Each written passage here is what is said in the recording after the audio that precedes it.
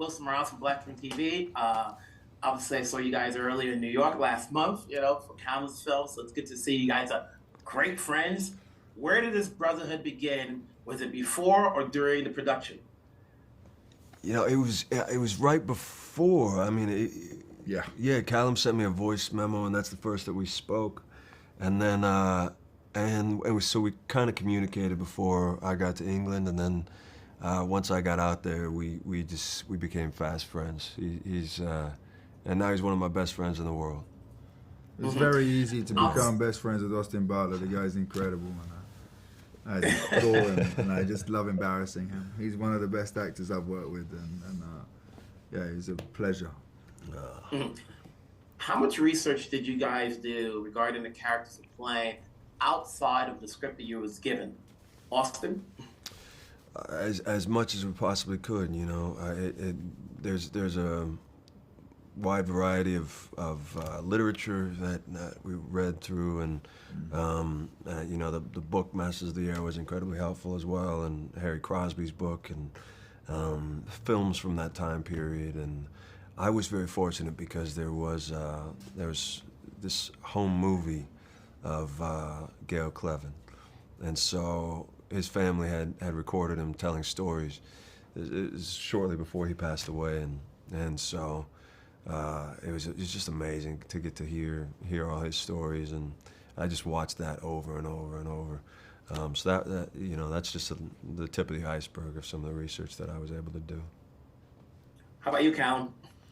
Yeah, I mean the same. There's an abundance of information about these guys, and stories, first-hand accounts that you can just draw from, and I fell in love with both of them. They really are extraordinary human beings, and they're yin and yang. Their personalities, the opposites. He's an introvert, and then Egan's an extrovert, and I loved their thing that kept them together, or bonded them so much, was just this desire to help other people, and they both joined up before Pearl Harbor had happened, and sort of volunteered themselves for the fight, and to stand up to evil, and they were both the best pilots in the Hundredth for a while, and I just adored their friendship. It's a real bond that lasted for the rest of their lives. Gail talks about Egan right at the very end saying he was his best friend. So. You guys have had your share of work, but what was it like working behind that green screen? Austin? Working with the green screen? Yeah, obviously, you know what? You're in the air, but we know there's either stunt doubles or you're behind the green screen. You know what? We didn't have. We didn't actually have green screen. I mean, I don't know if anybody else did, but we were all in this new technology that was incredible, called the volume screens. Which I don't know if you saw I first saw it in the behind the scenes of The Mandalorian, where they have these high definition screens that are incredible, and so that's what we had, and so the planes were on gimbals, and then you have these high definition screens all around you, and as an actor, it's such a gift because you're not having to imagine, you're seeing the flak in front of you, and you're seeing fighter pilots flying by you, and that was incredible. There's moments where you're flying and you're on a gimbal 50 feet in the air, and you really feel like you're flying that B-17, and you're looking down over Greenland, and I mean, it was just incredible. Yeah. And that's the new technology, and we also matched that with the old school way of doing things. They built the barracks, they built the church, they built the officers' mess, And it was so big they had to give us a map, Yeah. And those two things combined just was an immersive experience. And they left Gentlemen, job well done. Great series. Honestly, I can't wait for everybody else to see all 9 episodes. Congrats again. Thank you so much. Nice to always good to see you. Wilson Morales from Black Film TV. Hey guys, how's it going? Good. How you doing? How are we? This is such a big ensemble. How long did it take for this brotherhood between you guys to get started?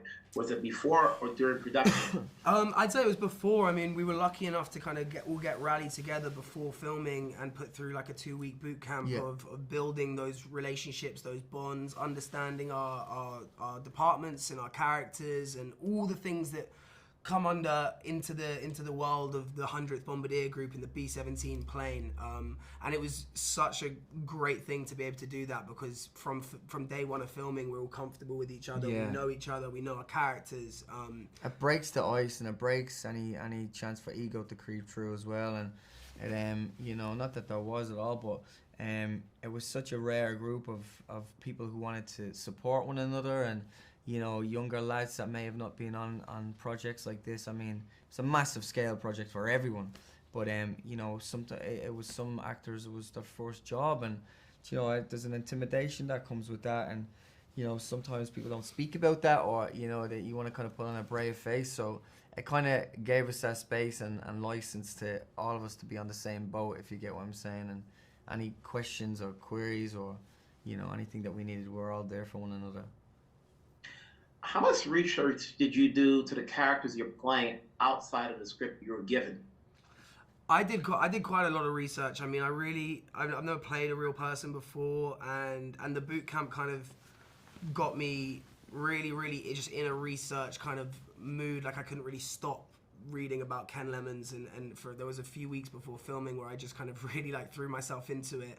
I read a book that Ken Lemons wrote. I was lucky enough to speak with his family members, and they gave me photos and stories and some videos. I mean, there was a lot of research that I put in, and I feel like getting onto set, having done all of that, I had a real free range to kind of just kind of play the scenes out in my own kind of way each time. I knew Ken, or I felt like I knew who he was well enough to really be able to portray what I wanted to get across. Yeah. Well, so Barry?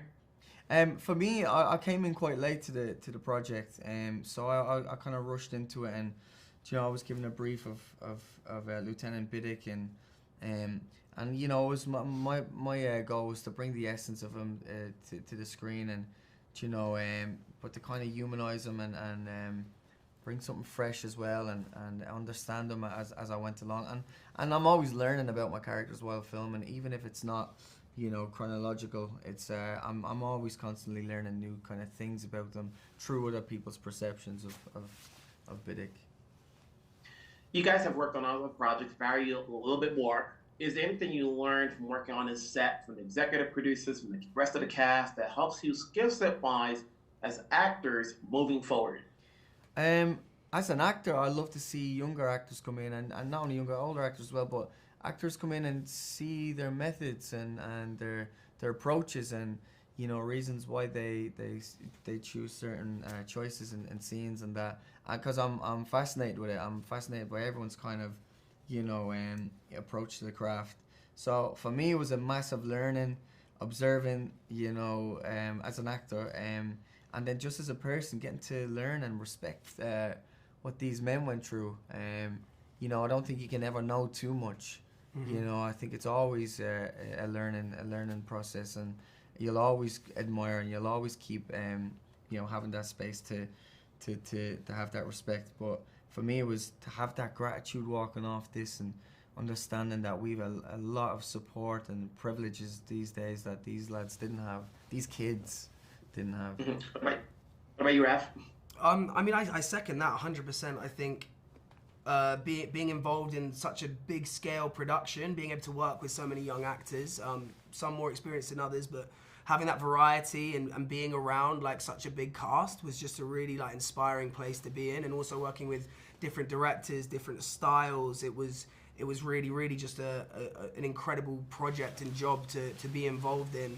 But then even on a more important level, I think the story that we were telling, and how young these guys were, and the kind of the brutality that they had to face, just kind of put a lot into perspective, and I came out of it with a bigger sense of kind of just being very grateful, you know, and I made some great friends on it, and I also learned a lot of kind of strong life lessons, so it was an incredible project to work on.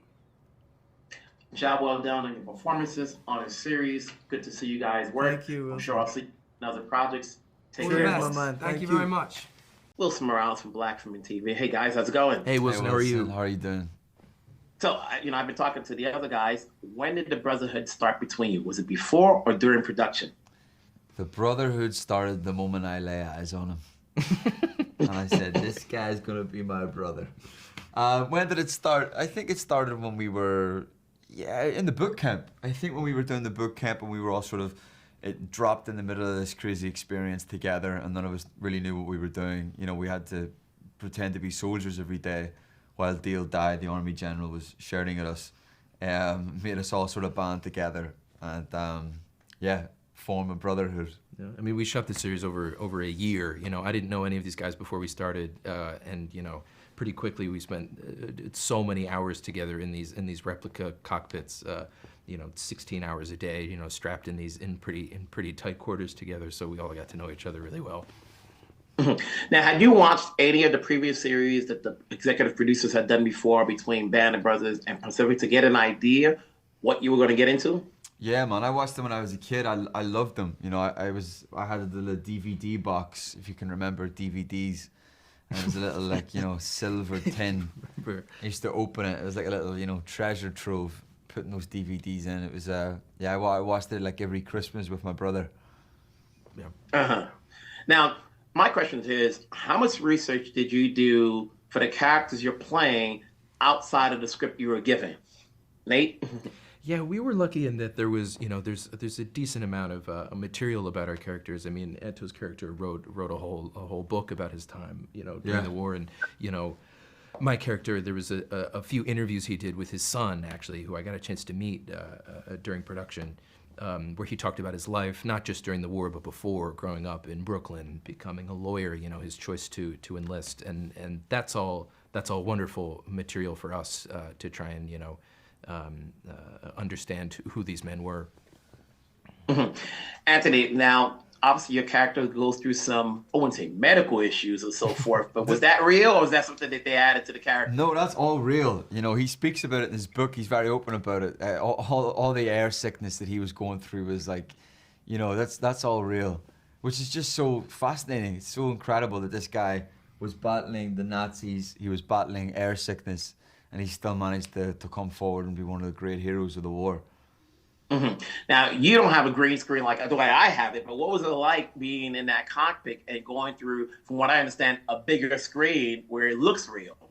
Well, it was amazing technology that they had built specifically for this show, which was like 360 degrees, and we had like 200 people in a corner that were typing in all this code, all this laptop, to simulate when the planes were coming towards you, they were actually coming towards you.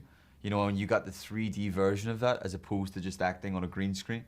So our work was, you know, half done for us. For you, Nate, obviously, you know, when this production was done, what did you get as an actor, having worked with executive producers that we know of, these other cast of talented actors, that helps you out skill set wise moving forward? Yeah, I mean, you know, getting the call to work with somebody like Steven Spielberg is, you know, obviously an incredible honor. And I think what struck me most about starting to work with them and just hearing what was important to them about the series is just how much they care about this history, about these men, about their story. You know, there's a reason that that they made Band of Brothers, that they made Saving Private Ryan in the Pacific. That legacy to them is important. It's important for them to tell. And then, you know, it's just because it's so much in their veins in who they are. It makes us feel like we're in such good hands to try and help them bring it to life. Gentlemen, congratulations on the roles, on the series. Keep it going. Let's see more of you down the road and other projects. Take care. Thanks so much. Man. Cheers. Wilson Morales from Black Film TV. Hey, Gary, how's it going? Did you ever get any backlash over the Wilson volleyball or anything like that? Only when I see Tom. And he does it to you, right? You know, so here we are. Obviously, I've been a fan, obviously, of Band of Brothers, Pacific. You know, how long did it take to say, for anybody to green light, we've got another series in the making? How long did it take to get it? We're 10 years out, right? I mean, we're slow, man.